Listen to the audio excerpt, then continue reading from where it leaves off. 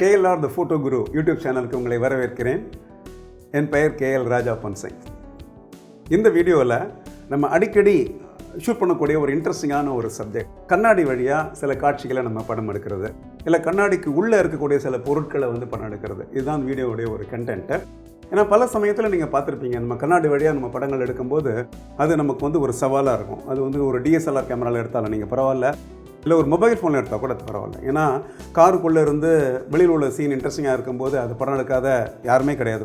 அதே மாதிரி ஃப்ளைட்டில் போகும்போது அந்த விண்டோ வழியாக தெரியக்கூடிய காட்சிகளை படம் எடுக்காதவங்களும் கிடையாது. கண்ணாடி இல்லாத ஒரு பில்டிங் கிடையாது, கண்ணாடி இல்லாத ஒரு ஆர்கிடெக்சர் கிடையாது, கண்ணாடி இல்லாத ஒரு ஷாப்பிங் மாலோ, கண்ணாடி இல்லாத ஒன்றுமே கிடையாது. ஒரு விஷயத்தை மற்றவங்களுக்கு தெளிவாக காமிக்கணும், அதே சமயத்தில் அதை ப்ரொடெக்டடாக வச்சுருக்கணும். அப்படின்னா அந்த இடத்துல ஒரு டிரான்ஸ்பரண்ட் கிளாஸ் அப்படிங்கிறது தேவைப்படுது.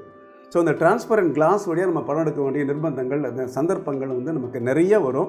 அந்த நேரத்தில் எப்படி அந்த சுச்சுவேஷன் நம்ம ஹேண்டில் பண்ணுறது, இந்த ரிஃப்ளெக்ஷன் எப்படி ஹேண்டில் பண்ணுறது, இல்லை அதில் இருக்கக்கூடிய ஸ்க்ராச்சஸ், அந்த டஸ்ட்டெல்லாம் எப்படி ஹேண்டில் பண்ணுறது, ஃபோக்கஸிங் இஷ்யூ எப்படி ஹேண்டில் பண்ணுறது, எக்ஸ்போஷர் எப்படி ஹேண்டில் பண்ணுறது, இல்லை அந்த கிளாஸ் உங்களுக்கு கலரான உள்ள கிளாஸாக இருந்துச்சுன்னா, ஏதோ ஒரு டிண்டட் கிளாஸாக இருந்துச்சுன்னா அதனால் வரக்கூடிய பிரச்சனை எப்படி ஹேண்டில் பண்ணுறது. கண்ணாடி வழியாக ஃபோட்டோஸ் எடுக்கும்போது, இல்லை கண்ணாடிக்கு பின்னாடி உள்ள பொருட்களை ஃபோட்டோ எடுக்கும்போது நம்ம என்ன செய்யணும்? அதில் முதல் டிப் ஃபோக்கஸுக்கு சம்மந்தப்பட்டது. அதாவது உங்கள் கேமரா ஆட்டோ ஃபோக்கஸ் கேமராவாக இருந்தால் கூட ஆட்டோ ஃபோக்கஸ் சிஸ்டத்தை நீங்கள் ஆன் பண்ணி வச்சுருந்து AFL எடுக்கிற சமயத்தில் சில கேமரா கிளாஸை தாண்டி ஃபோக்கஸ் பண்ணும்போது கொஞ்சம் தடுமாறும். பர்டிகுலராக என்ட்ரி லெவல் DSLR கேமராஸ் ஆகட்டும், இல்லை மொபைல் ஃபோன்ஸ் கூட சில சமயத்தில் பார்த்தீங்கன்னா உங்களுக்கு அந்த ஃபோக்கஸ் பண்ணுற சமயத்தில் கொஞ்சம் டைம் எடுத்துக்கும். இல்லை இங்கே படம் எடுக்கிற சமயத்தில் அந்த main subject out of focus ஆகிறது கூட சான்சஸ் இருக்குது. சரியான ஃபோக்கஸ் கொடுக்கல அப்படிங்கும்போது என்ன பண்ணிக்கலாம், நீங்கள் லென்ஸில் இருக்கக்கூடிய ஆட்டோ ஃபோக்கஸ், மேனுவல் ஃபோக்கஸ் சுவிட்ச் இருக்குது பார்த்தீங்களா, அதை மேனுவல் ஃபோக்கஸுக்கு தள்ளிட்டு லென்ஸுக்கு முன்னாடி இருக்கக்கூடிய அந்த லென்ஸ் பேரில் இருக்கக்கூடிய ஃபோக்கஸிங் ரிங் இருக்குது பார்த்தீங்களா, ஃபோக்கஸிங் ரிங் என்ன பண்ணிக்கோங்க, மூவ் பண்ணிவிட்டு ரொட்டேட் பண்ணிவிட்டு கூடுமான வரை அதை ஃபோக்கஸ் பண்ணி ட்ரை பண்ணுங்கள். இது ஒரு ஜாஸ்தி உங்களுக்கு மூவ்மெண்ட் இல்லாத ஒரு சப்ஜெக்ட் எடுக்கும்போது கொஞ்சம் கன்வீனியண்ட்டாக இருக்கும். இது நீங்கள் ட்ரை பண்ணி பார்க்கலாம். நம்ம ஷூட் பண்ணக்கூடிய அந்த கிளாஸ் வழியாக பார்க்கக்கூடிய படங்களில் அந்த கிளாஸில் இருக்கக்கூடிய ஸ்க்ராச்சஸ், இல்லை அதில் இருக்கக்கூடிய டஸ்ட்டு, வேறு ஏதாவது விஷயங்கள், இல்லை ஏதாவது கிளாஸில் ஏதோ ஒரு இடத்துல எங்கேயாவது ஒரு சின்ன இடத்துல சிப்பாக இருக்குது, அதனோட டெக்ஸ்சர்ஸ்லாம் சில சமயத்தில் உங்களுக்கு க்ளீனாக படத்தில் அது இந்த படத்துக்கு மேலே ஒரு சின்னதாக ஒரு கோட்டிங் மாதிரி இருக்கும்.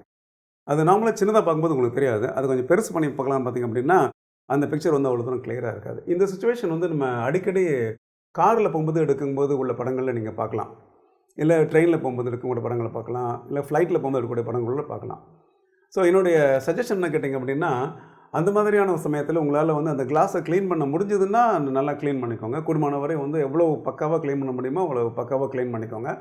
ஆனால் அந்த ஸ்க்ராச்சஸ்லாம் இருக்குது பார்த்தீங்களா, அந்த ஸ்க்ராச்சஸ் எப்படி இருந்தாலும் உங்களுக்கு நீங்கள் என்ன க்ளீன் பண்ணாலும் போகாது. அதாவது உங்கள் லென்ஸ் ஆல்மோஸ்ட் அந்த கிளாஸை டச் பண்ணுற மாதிரி இருந்துச்சுன்னா உங்களுக்கு கொஞ்சம் நல்லாயிருக்கும்.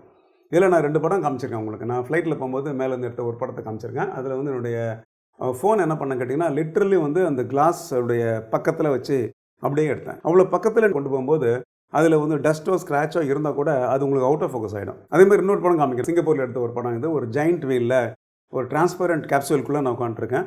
அங்கேருந்து சிட்டியோடைய ஒரு டாப் ஆங்கிள் போய் பார்க்கும்போது அங்கேயும் என்ன பண்ண கேட்டிங்கன்னா, என்னோடய DSLR கேமராவை நல்ல பக்கத்தில் எடுத்துகிட்டு போய் அந்த கிளாஸு கிட்ட ஆல்மோஸ்ட் டச் பண்ணுற மாதிரி வச்சுருந்தேன். ஸோ அவ்வளோ கிட்ட வர சமயத்தில் அதை ஃபோக்கஸ் பண்ணி ஷார்ப்பாக காமிக்க முடியாது.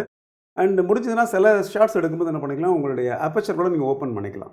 அதாவது ஒரு F4 இல்லை 5.6 அந்த மாதிரி ஒரு அப்பர்ச்சர் நீங்கள் ஓப்பன் பண்ணி எடுத்தீங்க அப்படின்னா ஈஸியாக உங்களால் இந்த கிளாஸில் இருக்கக்கூடிய அந்த ஸ்க்ராச்சஸையோ டஸ்ட்டையோ அவுட் ஃபோக்கஸ் பண்ணுறதுக்கும் உங்களுக்கு முடியும். அடுத்தபடியாக நம்ம ஃபோட்டோஸ் எடுக்கும்போது நம்மளுடைய கேமரா இல்லை நாமே பார்த்திங்க அப்படின்னா அந்த கண்ணாடியில் ரிஃப்ளெக்ஷன்லாம் தெரியும். இன்னும் சில சமயத்தில் சரௌண்டிங்ஸ் கூட உங்களுக்கு ரிஃப்ளெக்ஷன் தெரியும். நான் என்னோடய ரூமுக்கு பக்கத்தில் இருக்கக்கூடிய ஒரு கிளாஸ் பார்ட்டிஷன் இருக்குது. அந்த கிளாஸ் பார்ட்டிஷனுக்கு பின்னாடி இருந்து ரூமுக்குள்ளேருந்து நான் பேசுகிறேன். என்ன என்ன பண்ணுறாங்க, ரூமுக்கு வெளியிருந்து ரெக்கார்ட் பண்ணுறாங்க.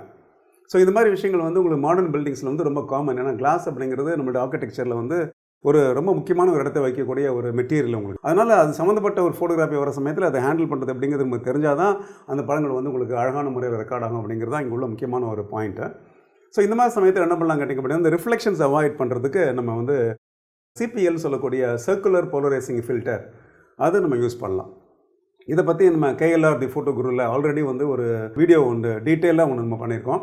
அந்த சர்க்குலர் போலரைசிங் ஃபில்டரை யூஸ் பண்ணிட்டு என்ன பண்ணலாம் கேட்டிங்கன்னா, லென்ஸுக்கு முன்னாடி போட்டுட்டு நீங்கள் அதனுடைய ஃப்ரண்ட் எலிமெண்ட் இருக்குது, ரிங் இருக்குது பார்த்தீங்களா, அதை நீங்கள் கிராஜுவலாக ரொட்டேட் பண்ணிங்க அப்படின்னா ஒரு பர்டிகுலர் பாயிண்டில் இந்த ரிஃப்ளெக்ஷன்ஸ் உங்களுக்கு போயிடும். இங்கே நான் 2 படம் உங்களுக்கு காமிக்கிறேன். மியூசியத்தில் எடுத்த ஒரு படம்.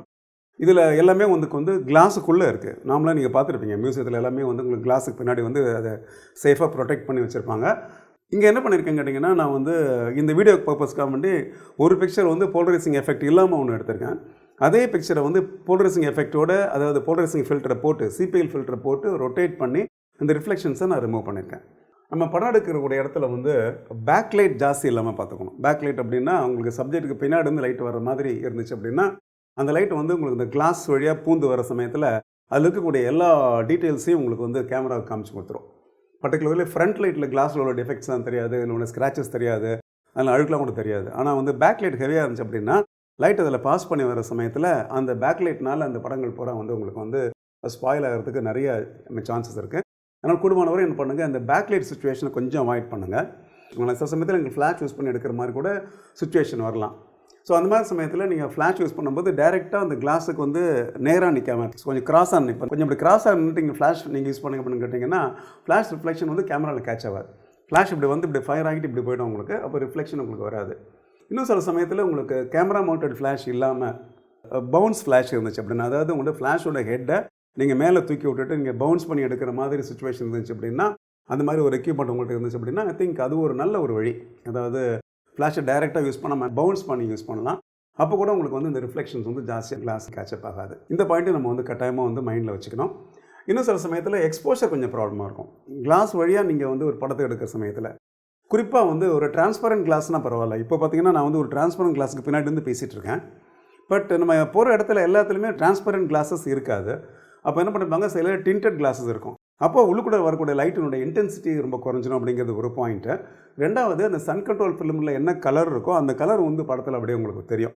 அதனால் அந்த மாதிரி சமயத்தில் கொஞ்சம் கேர்ஃபுல்லாக இருக்கணும். நம்மளுடைய ஒயிட் பேலன்ஸ் கண்ட்ரோலில் கரெக்டாக சூஸ் பண்ணணும். சப்போஸ் கிளாஸ் வழியாக நீங்கள் ஃபோட்டோ எடுக்கிறீங்க, அந்த கிளாஸில் வந்து லைட்டாக ஒரு ப்ளூ கலரில் உங்களுக்கு வந்து சன் கண்ட்ரோல் ஃபிலிம் போட்டிருக்காங்க அப்படின்னா, கெல்வின் இருந்துச்சு அப்படின்னா என்ன பண்ணிக்கலாம், நீங்கள் 6000 7000 வச்சு எடுத்தீங்க அப்படின்னா அந்த ப்ளூ உங்களுக்கு கட் ஆகிடும். இல்லை அப்படின்னா என்ன, ஒயிட் பேலன்ஸ் ஷிஃப்ட் இருக்குது பார்த்தீங்களா, ஒயிட் பேலன்ஸ் ஷிஃப்ட்டில் போய்ட்டு அந்த கிராஃபில் போய் என்ன பண்ணிக்கலாம்னா, உங்களுடைய கர்சர் எடுத்துகிட்டு போயிட்டு towards the amber side move பண்ணிங்க அப்படின்னா அதுலேருந்து வரக்கூடிய லைட்டில் இருக்கக்கூடிய ப்ளூவை வந்து இந்த ஆம்பர் வந்து உங்களுக்கு கட் பண்ணிடும்.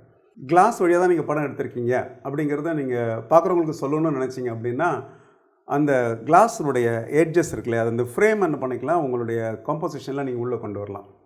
இப்போ இந்த வீடியோ கூட பார்த்தீங்கன்னா தெரியும், நான் எப்படி கம்போஸ் பண்ணியிருக்கேன் அந்த ஃப்ரேமை பார்த்திங்க அப்படின்னா, என்னுடைய ரூமில் இருக்கக்கூடிய கிளாஸ் பார்ட்டிஷனில் இருக்கக்கூடிய அதனுடைய அவுட்லைன், அந்த ஃப்ரேம் வந்து இந்த வீடியோவில் வந்து ஒரு கார்னரில் நான் வந்து கம்மிட் பண்ணியிருக்கேன். அப்புறம் இந்த பிளைண்ட்ஸையும் நான் அதில் வந்து இன்க்ளூட் பண்ணியிருக்கேன். ஸோ ரொம்ப கேர்ஃபுல்லாக வந்து இது வந்து கிளாஸுக்கு பின்னாடி நான் பேசுகிறேன் அப்படிங்கிறது உங்களுக்கு புரிகிற மாதிரி என்ன பண்ணியிருக்கேன் கேட்டிங்கன்னா, அந்த ஃப்ரேமை நான் கம்போஸ் பண்ணியிருக்கேன். ஸோ அது மாதிரி வந்து நீங்கள் வந்து கிளாஸ் வழியாக தான் எடுத்தீங்க அப்படிங்கிறத காமிக்கிறதா நீங்கள் விரும்புனீங்க அப்படின்னா என்ன பண்ணிக்கலாம், நீங்கள் ஃப்ரேமை, அதாவது இந்த கிளாஸுடைய எட்ஜஸை நீங்கள் கம்மிட் பண்ணிக்கலாம். இல்லை அது கிளாஸ் வழியாக எடுத்தீங்கன்னு சொல்லி தெரியக்கூடாதுன்னு நினச்சிங்க அப்படின்னா நீங்கள் என்ன பண்ணலாம், கேர்ஃபுல்லாக அந்த ஃப்ரேமை அதோட அவுட்லைனை நீங்கள் அவாய்ட் பண்ணுறது தான் நல்லது. ரெசார்ட்டில் வந்து ஒரு வேலி வியூ இருக்குது, இல்லாட்டி ஒரு ரிவர் வியூ இருக்குது, இல்லை சி வியூ இருக்குது, அதை காமிக்க தோண்டி ஒரு ஃபோட்டோ எடுக்கிறீங்க. அப்போ வந்து கிளாஸ் வழியாக அந்த விண்டோவை நீங்கள் ஃபுல்லாக காமிக்கணும் அப்படின்னா, ஐ திங்க் அந்த எட்ஜ் ஆஃப் த விண்டோவை நீங்கள் காமிச்சிட்டு அந்த கிளாஸ் வழியாக ஷூட் பண்ணிங்கன்னா தான் அதுக்கு வந்து ஒரு அர்த்தம் இருக்கும். ஸோ என்ன மாதிரியான தேவைன்னு பார்த்துக்கோங்க. இது கிளாஸ் வழியாக காமிக்கணும்னு நினச்சிங்க அப்படின்னா ஃப்ரேம் இன்க்ளூட் பண்ணுங்கள். இல்லை ஆடியன்ஸை வந்து ஒரு சஸ்பென்ஸில் விடணும், நீங்கள் எப்படி எடுத்தீங்கன்னு தெரியாது அப்படிங்கிற மாதிரி விடணும் அப்படின்னு கேட்டிங்கன்னா ஃப்ரேம் இன்க்ளூட் பண்ணாதீங்க. ஸோ இந்த வீடியோ வந்து உங்களுக்கு பிடிச்சிருந்ததுன்னா, உங்களுக்கு பயனுள்ளதாக இருக்குன்னு நினச்சிங்க அப்படின்னா லைக் பண்ணுங்கள், ஃப்ரெண்ட்ஸோட இதை ஷேர் பண்ணுங்கள். முக்கியமாக KLR த ஃபோட்டோ குரு அப்படிங்கிற யூடியூப் சேனலை சப்ஸ்கிரைப் பண்ணுங்கள், பெல் பட்டனை ப்ரெஸ் பண்ணுங்கள் நோட்டிஃபிகேஷனுக்கு. இன்னும் இதை மாதிரி சிம்பிளான சின்ன சின்ன டிப்ஸோடு உங்களை நான் மீண்டும் சந்திக்கிறேன். நன்றி, வணக்கம்.